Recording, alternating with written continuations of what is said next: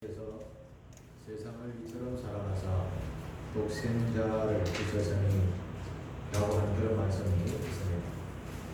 세상을 이처럼 사랑하사 라는 말씀으로 시작하는 하나님의 말씀이었습니다. 이처럼 사랑했다라는 말은 하나밖에 없는 자기의 독생자를 세상에 구원을 위해서 보내주셨다는 그 사랑이라는 것이지요. 하나님의 사랑을 생각하면 생각할수록 정말 신경막측한 사랑이라고 할 수 있겠습니다. 제가 늘 이야기하지만 하나님의 사랑은 부모가 자녀를 사랑하는 사랑과 같다. 날이 가면 갈수록 사랑이 더 깊어지는 부모가 자녀를 향한 사랑, 그 사랑을 꼭 닮았다고 제가 누누이 말씀을 드렸습니다. 하나님의 사랑은 이처럼 깊고 깊습니다. 그런데 보통 사람들은 부모님의 사랑을 후손들이 기억하면서 우리나라의 전통적으로는 제사를 드려왔죠.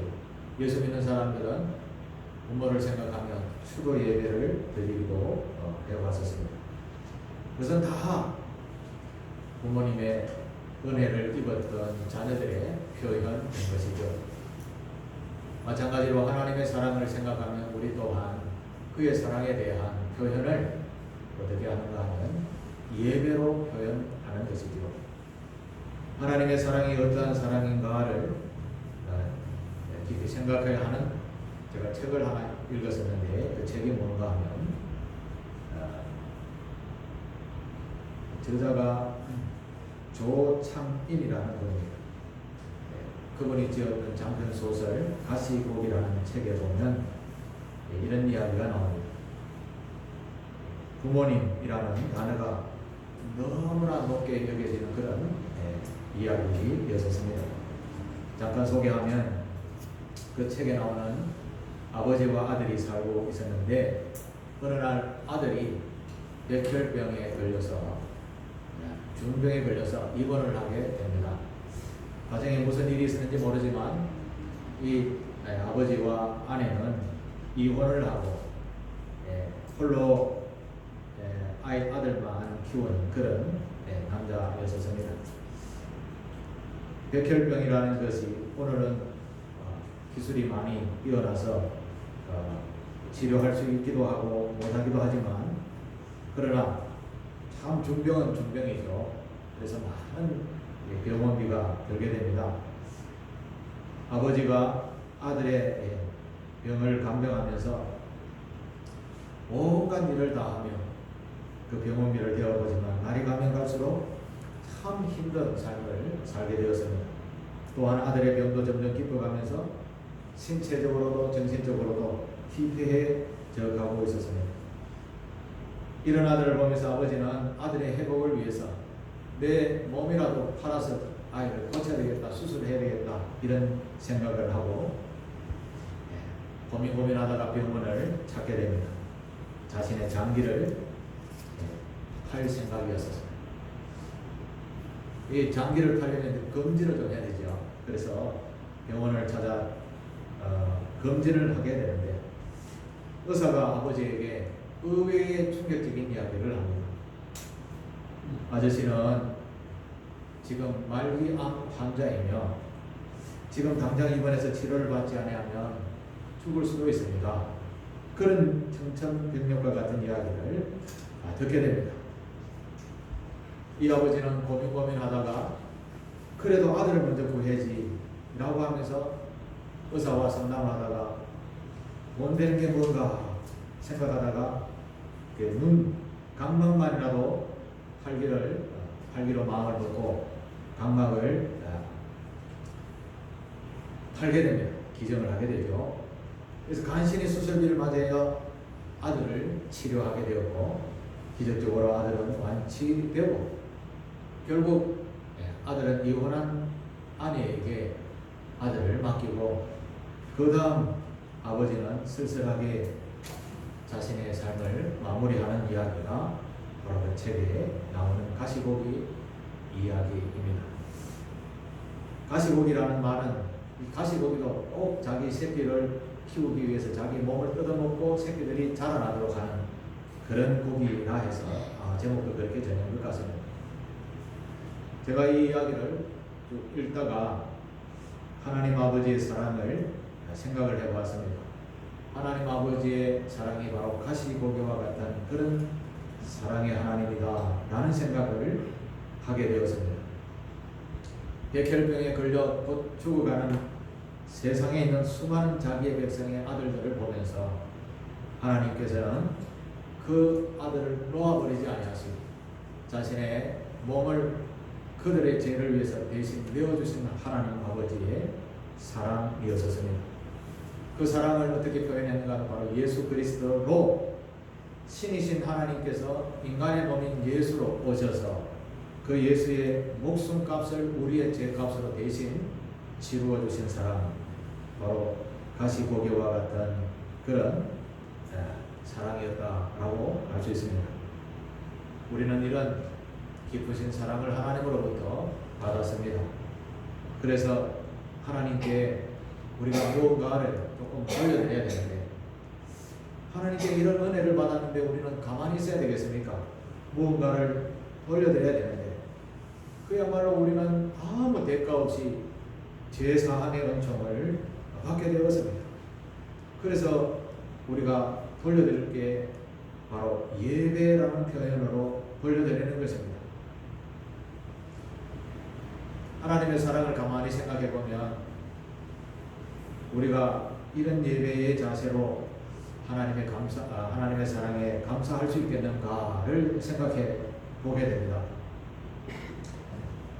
오늘 우리의 모습을 보면서 이런 식으로 하나님 앞에 감사드리며 예배하는 것이 진정한 하나님께 대한 감사일까? 왜냐하면 우리는 일주일에 단 1시간 하나님 앞에 머물고 있습니다. 단 1시간 일주일에 한 번 머물고 있으면서 하나님이 하늘 보좌를 버리시고 이 땅에 우리의 죄를 위해서 자신의 생명을 내어주신 사랑에 조금이라도 비할 수 있고 갚을 수 있겠는가를 생각해 보라는 말씀입니다. 우리나라에도 전 세계에도 교회가 참 많이 있습니다. 수많은 성도들이 있죠. 그런데 과연 그 하나님의 사랑에 조금이라도 갚아갈 만한 은혜에 감사해서 갚아갈 만한 예배가 온전한 예배로 드려지고 있는가를 말하는 것입니다.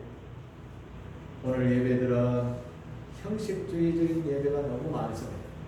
크고 화려하고 오케스트라를 갖다 놓고 하나님 앞에 예배해야 예배 드리는 것 같다 이렇게 생각을 합니다. 그게 정말 예배일까요? 하나님께서는 자신의 전부를 쏟아부으면서 사랑했는데 자기의 자녀들은 부모를 매몰라라 한다 하면 그게 정말 사랑을 받은 자녀로서의 신분에 걸맞는 이야기일 수 있을까요? 마찬가지로 하나님 앞에 이런 사랑을 받은 우리들 은혜에 감사해서 드리는 예배가 신령과 진정으로 예배가 드려야 될 줄로 믿습니다. 예배라는 것을 영어로 표현하면 worship이라고 합니다. worship. worth라는 말은 가치 있는 뜻이죠. 가치. 그 worth에다가 ship이라는 단어를 붙여서 이 ship이라는 단어 앞에 형용사나 명사가 붙으면 추상명사가 됩니다. 가치에서 아주 존귀한 가치 있는 이런 뜻이 되는 거죠. 그래서 worship이라는 예배의 단어는 정말 가치 있는 일이라는 뜻입니다. 예배란 예배를 받으신 하나님께 우리의 가장 높은 가치를 돌려드리는, 가장 높은 가치를 담아서 올려드리는 것이 바로 예배인 줄 믿습니다. 시편 29편 2절에도 한번 보십시오. 여호와께 그의 이름에 합당한 영광을 돌리며 거룩한 옷을 입고 여호와께 예배할지어다 이렇게 표현했습니다. 거룩한 옷이 뭐 따로 있는 것이 아니라 우리의 마음과 정성을 담은 그 마음을 하나님께 예배로 돌려드리는 것, 이게 진정한 예배라는 말입니다. 예배를 우리말로 하면 무릎을 꿇다라는 뜻이 담겨 있습니다. 섬기다라는 뜻이 담겨 있습니다. 그렇습니다. 예배는 화려한 장식과 거대한 교회에서 드리는 예배가 아니라 예배하는 자의 자세를 보고 말씀하는 것입니다. 예배하는 자세가 더 중요하다는 말씀입니다. 일단은 예배의 자리에 나왔으니 기본적인 점수는 받을 수 있습니다. 그렇지만 어떤 몸과 어떤 마음과 자세로 하나님 앞에 드리는가 더 중요하다는 말씀입니다. 제가 신학교 다닐 때 강남에 조금 큰 교회에 수요 예배에 참석한 적이 있습니다. 예배 시작하기 전에 느닷없이 목사님이 출석부를 뜬다고 했더니만 항정직에 출석을 부릅니다. 그 교회는 꽤 크기 때문에 항정직만 해도 5,000명이 넘으니까 어느 한 부분 예를 들어서 5,000명에 한 20군데 번사회를 20개를 나누어서 한 번사회만 없어서 출석을 부릅니다. 없으면 담임 목사님 호통을 막 치는 그런 것을 경험했습니다.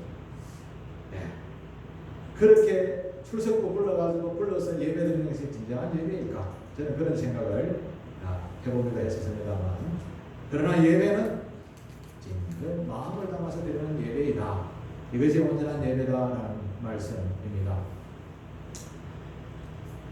오늘 우리가 예배를 드리고 있는데 하나님의 편에서 봤을 때 과연 하나님이 우리를 볼 때 우리가 드리는 예배를 기쁘게 정말 받으실까? 이런 생각을 해 보셔야 됩니다. 그런데 대부분의 예배는 하나님께서 식상해가지고 예배를 안 받으시고 돌아 앉아 계시다라는 그런 의미가 강한 이 시대의 예배가 많다라는 것입니다. 이 예배의 모습을 잘 표현한 이 시대의 예배를 잘 표현한 말씀인데 이사야 1장에 보면 그런 말씀이 나옵니다. 제가 우리가 가지고 있는 성경 말고 유진 피터슨이라는 목사님이 번역한 그 메시지라는 성경 번역본이 있습니다. 그 이야기를 읽어보면 조금 더 적나라하게 표현이 잘 되어 있습니다. 11절부터 15절인데 제가 11절을 읽을 테니까 여러분 그 다음 읽으시기 바랍니다. 하나님께서 물으신다. 이 정신없이 널려있는 재물은 다 무엇이냐? 번제물, 숫양, 포동포동한 송아지들 나는 이미 질리도록 먹었다. 황소, 어린 양, 염소들의 피로 지겹다. 대체 어디서 배워먹은 짓들이냐? 12절 읽으십시오.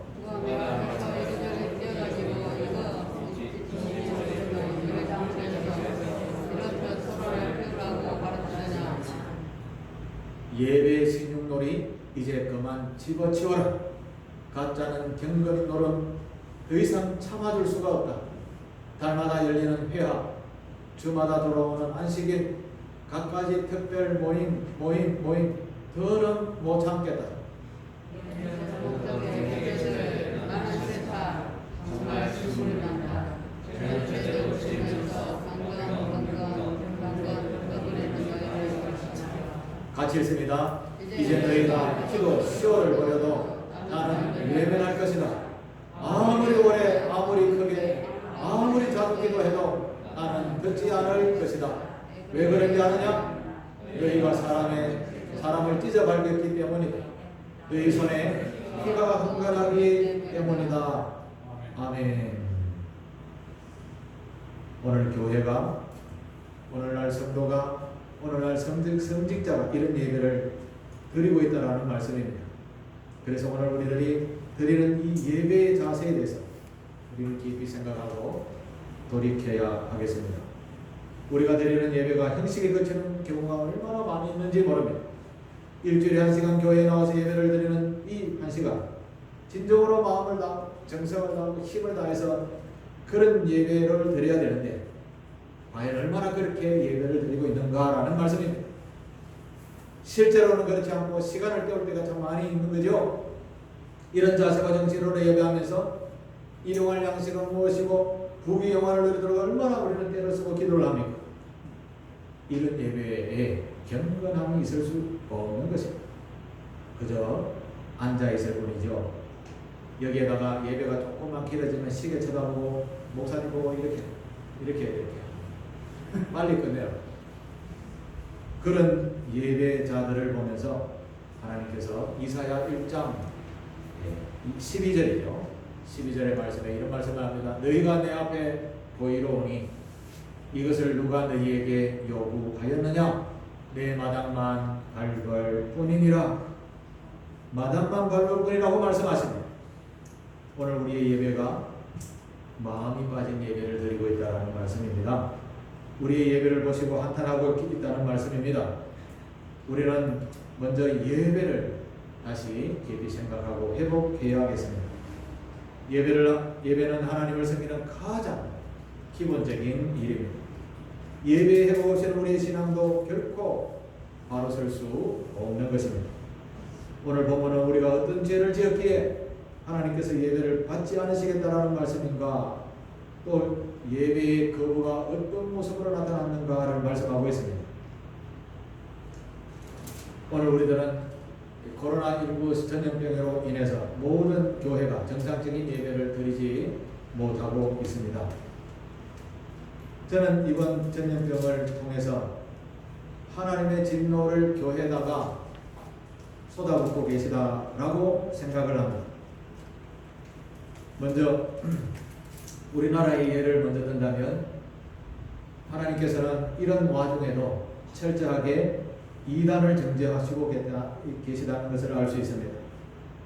세상에는 이 이단을 다 같은 교회로 보고 있다는 사실을 하나님께서 아시고 전염병의 제일 첫 번째 신천지라는 이단을 들어서 우리말로 하면 깨워 부셔버렸어요. 온 나라 백성들이, 하나님을 모르는 사람들도 신천지는 이단이구나 이렇게 알 수 있게 했다라는 말씀입니다. 다시 말해서 가라지와 알곡이 무엇인지를 하나님은 구별하셨습니다. 그러면서 기성교회와 성도들과 성직자들을 향해서 진노하고 계신데 바로 그것이 바로 오늘 전염병으로 우리에게 나타났다라는 말씀입니다. 그러면 우리는 이 전염병에서 어떤 길을 걸어야 되며 어떤 해결점을 찾아 나가야 하겠습니까? 우리는 이 해결점을 성경에서 찾아볼 수 있는 것입니다. 오늘 본문을 우리가 읽었는데 본문에 나오는 말씀하는 주된 내용의 말씀자는 모세라는 인물입니다. 모세가 이스라엘 백성들을 거의 80년 동안 일평생을 이끌고 이곳까지 오게 되었습니다. 그리고 난 뒤에 하나님을 잘 섬겨라 거듭거듭 부탁하고 있는 말씀이 바로 신명기서입니다. 이 신명기서를 통해서 하나님께서 주시는 복을 너희들이 다 누리는 방법을 내가 누누이 가르쳐 준다 라고 말씀하고 있는 내용이죠. 그 중에 내가 하나님을 떠나버리고 온전한 예배자로 서지 못하고 하나님을 무시하고 율법을 지키지 아니하고 내 마음대로의 삶을 살면 저주를 받는다라고도 말씀하십니다.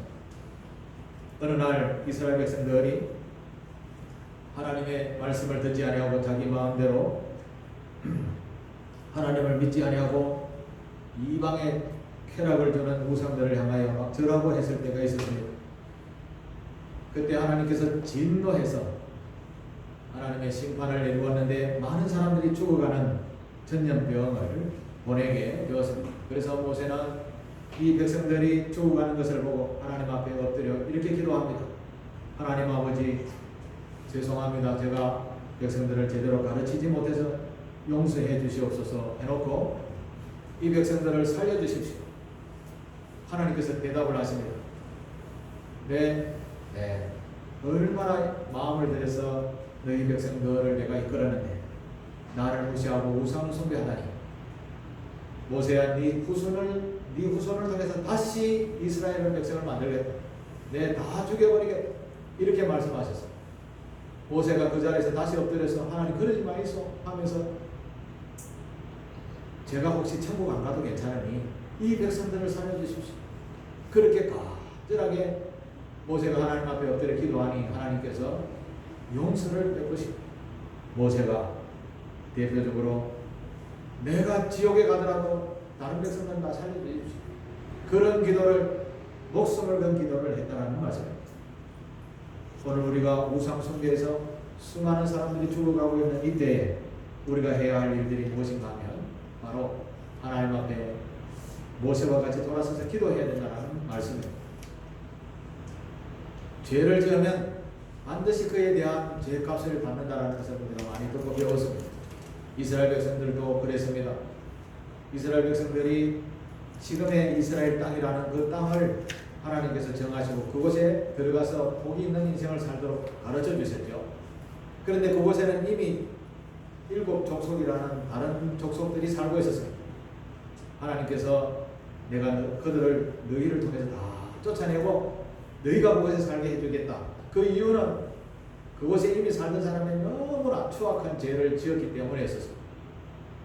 이게 컵에다가 물을 부으면 물이 계속 부으면 흘러넘치죠. 하나님께서는 일정한 백성들이 사는 곳에 죄가 흘러넘치도록 짓게 되면 반드시 그곳을 쫓아내어버려요. 죽여버리거나 포로되거나 그렇게 하는 거죠. 그래서 이스라엘 백성들을 그곳에 들여다보내면서 그곳에 계시던 그곳에 살던 가나안 7 족속을 다 죽여 멸해버리고 그 땅을 이스라엘 백성들이 차지하게 됩니다. 그런데 약 한 800년이 좀 지나서 이스라엘 백성들조차 그곳에서 죄를 지어서 흘러넘치는 죄를 짓게 되어서 다른 나라를 통해서 이스라엘 백성들이 그곳에서 쫓겨나는 일들이 있게 됩니다. 그것이 이스라엘이 멸망하는 때였습니다. 하나님의 거룩한 백성은 절대 멸망하지 않을 거야 라고 그렇게 착각을 하고 있었습니다. 물론 하나님의 백성이니까 자존감은 있었는데 자기들이 지은 죄를 망각했던 것이죠. 죄가 흘러넘치니까 하나님께서 진노하셨습니다. 이스라엘 백성들 그 땅에서 다 포로로 죽이든지 포로로 잡혀가든지 해서 그 땅을 멸해버렸던 것이죠. 다른 나라 사람들 와서 살도록.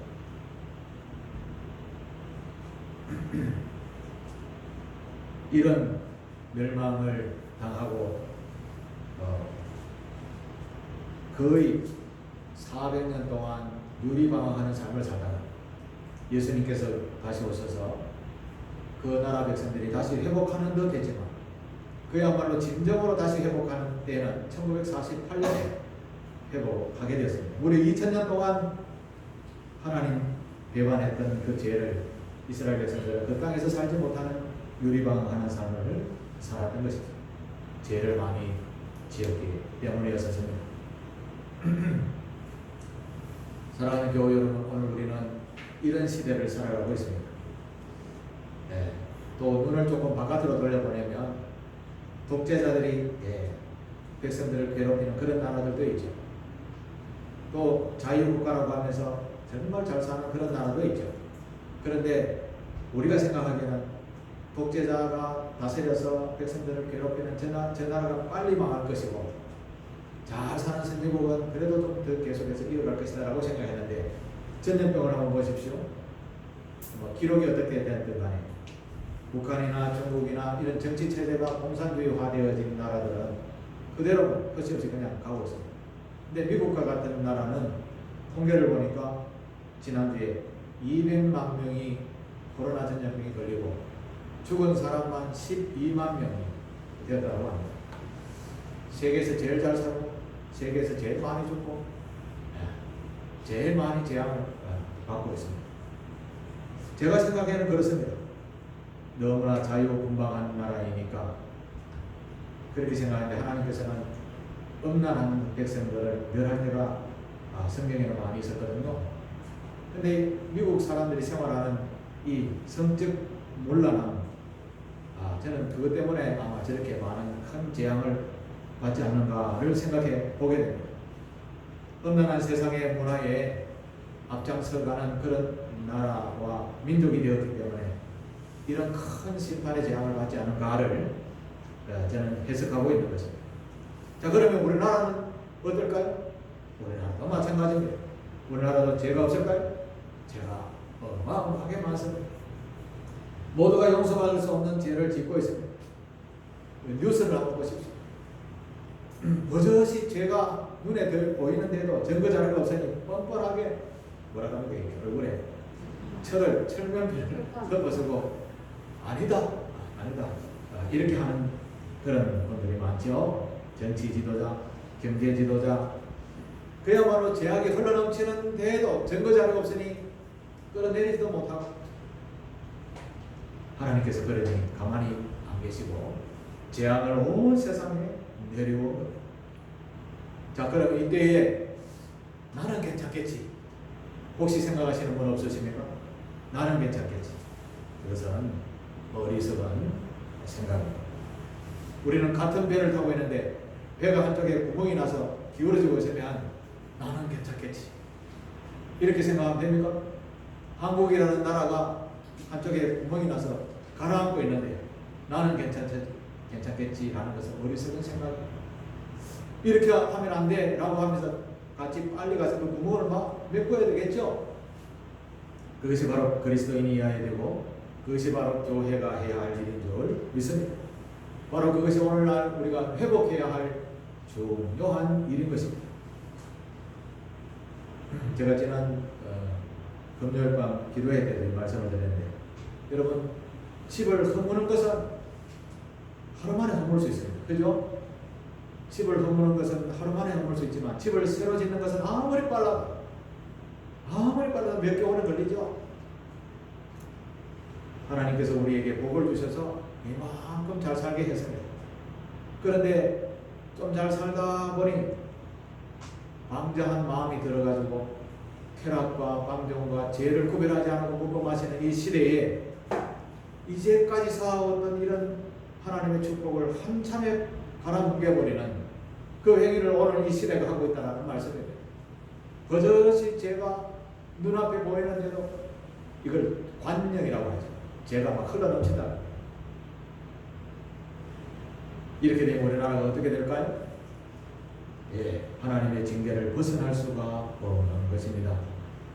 우리 믿음의 선배들은 정말 허리띠를 탁 졸라매고 아침에 일찍 일어나서 열심히 일하고 아침에 일찍 일어나서 제일 먼저 한 것이 새벽 기도고 그 다음 나가서 일하고 그렇게 열심히 험악한 세월을 보냈습니다.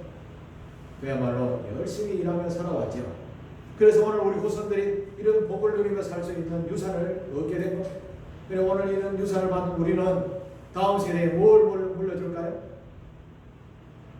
하나님의 거룩한 믿음의 유산을 우리 후손들에게 물려줘야 될 줄로 믿습니다. 죄와 간역한 이 세상을 그대로 물려주게 되면 우리 후손들은 얼마나 참담한 생활을 할 수 있을까요?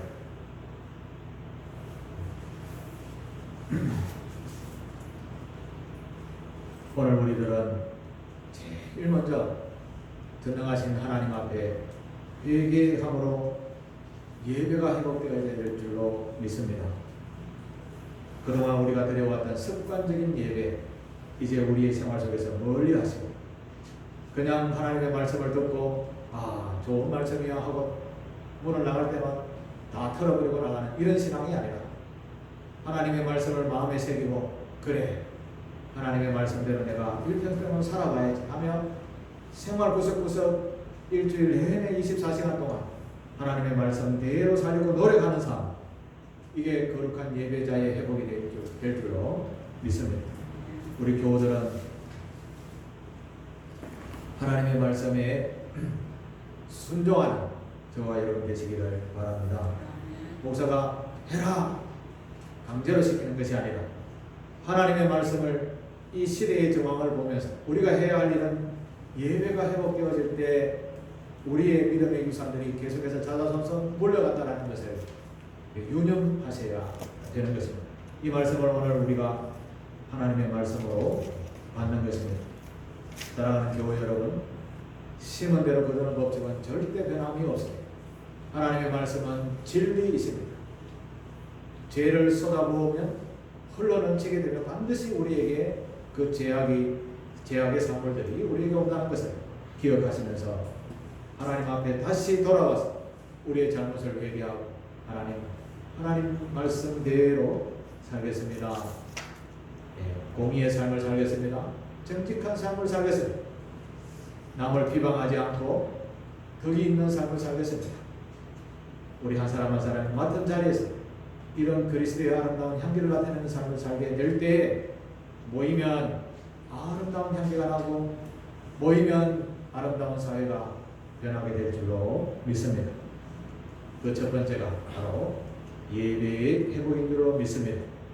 사랑하는 교회 여러분, 우리 모두 예배에 회복하는 그런 신앙인들이 되시기를 주님의 이름으로 축복합니다. 기도하겠습니다. 하나님 아버지, 이 시대의 상황을 보면서 하나님께서